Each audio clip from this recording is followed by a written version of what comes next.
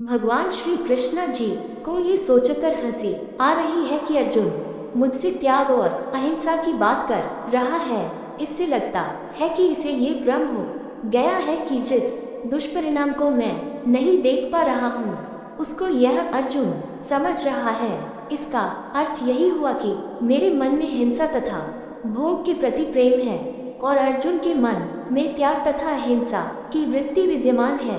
इसलिए भगवान कृष्ण ने फटकारते हुए कहा, तुम सोच न करने वालों के लिए सोच कर रहे हो और बोल रहे हो तत्वज्ञान की भाषा। भगवान कृष्ण ने बताया कि अर्जुन, अगर तुम युद्ध से विरत हो जाओगे तो जानते हो सामने वाले योद्धाओं पर इसका क्या प्रभाव पड़ेगा। क्या तुम ये समझते हो कि दुर्योधन कृतज्ञ होकर तुम्हें प्रणाम करेगा? क्या वह तुम्हारी ये क्या प्रशंसा करेगा कि अर्जुन में कितनी अहिंसा और त्याग की वृत्ति है? नहीं, ये जितने भी योद्धा देख रहे हैं उनमें से कोई भी तुम्हारी प्रशंसा नहीं करेगा, बल्कि यह सबके सब कहेंगे कि रथ पर बैठकर लड़ने के लिए आ तो गया, पर सेना को देखकर डर के मारे भाग खड़ा हुआ। भगवान कृष्ण ने कहा, अर्जुन, जिस समय तुम रथ छोड़कर सेना का त्याग करके चलोगे तो तुम कहीं न कहीं यह आशा तो अवश्य ही करोगे कि लोग मेरे इस त्याग को देखकर मेरी वंदना करें। व्यक्ति के मन में यह तो इच्छा होती है कि कोई कुछ दे या इच्छा होती है कि कोई हमें कुछ कहे। भगवान कृष्ण कहते हैं, अर्जुन, इसलिए तुम्हारे मन में तो यही इच्छा होगी कि लोग मुझे धन्यवाद दें। लेकिन जिस समय ये दुर्योधन पीछे से व्यंग भरे वाक्य में ये कहेगा, अर्जुन डर के मारे भागा जा रहा है, तब तुम्हें फिर से क्रोध आएगा कि अच्छा, मैंने तो त्याग किया, मैंने तो अहिंसा वृत्ति दिखाए, किंतु यह मुझे डरपोक कह रहा है। अब मैं इसको दिखा दूं कि मुझ में कितना बल है।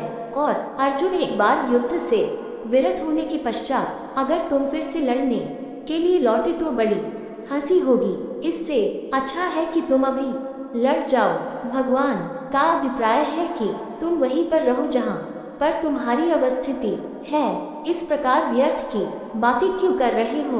भगवान कृष्ण ने गीता में अर्जुन को समझाया भी और दिखाया भी। समझाने का अभिप्राय है जो उपदेश दिया और दिखाने का अभिप्राय है जो विराट रूप दिखाया। इस प्रकार गीता में भगवान कृष्ण ने दिखाया कि मैं ही साक्षात काल रूप हूँ। जो विनाश हो रहा है उसके मूल रूप में मेरी इच्छा विद्यमान है। इसके द्वारा मानो भगवान ने अर्जुन को ये सूत्र दे दिया कि इससे पहले अगर तुम इस कार्य को करते तो ये समझते कि इसे करने वाले तुम हो, पर अब जब इस विनाश के मूल में मेरा रूप देख लिया तो समझ लो कि यह मेरा ही संकल्प है और मेरा संकल्प उचित है, उपयुक्त है। इसलिए मैंने इस प्रकार का संकल्प किया है। भगवान कृष्ण अर्जुन से कहते हैं कि तुम लड़ो, क्योंकि भगवान कृष्ण ने जब विराट रूप दिखाया, अर्जुन ने आश्चर्य से देखा कि भगवान के सम्मुख भीष्म, द्रोण, कर्ण आदि सब मरे पड़े हैं। अर्जुन ने पूछा, महाराज, इन सबको आप मारेंगे कि मैं? भगवान ने कहा, अर्जुन, मारने का प्रश्न नहीं है, क्योंकि इन्हें तो मैंने पहले ही मार डाला है। अर्जुन ने कहा, चलिए महाराज, अच्छा हो गया है, अब मुझे तो नहीं लड़ना पड़ेगा, क्योंकि ये सब तो मर गए हैं।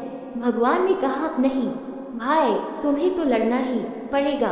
और भगवान के इस वाक्य का सूत्र वही है कि भगवान सब कुछ करते हैं कि कुछ नहीं करते हैं। वेदांत का ब्रह्म स्वयं कुछ नहीं करता, उसमें अकर्तृत्व है। इसलिए वेदांत के संदर्भ में ईश्वर के लिए एक शब्द कहा जाता है कि ईश्वर दृष्टा है। दृष्टा शब्द का सरल अर्थ है जो देखता है। और भगवान कृष्ण ने जब ये कहा कि मैं युद्ध को केवल देखूंगा, तो मानो उन्होंने अपने दृष्टा स्वरूप का परिचय दिया, अपने अकर्तृत्व का परिचय दिया।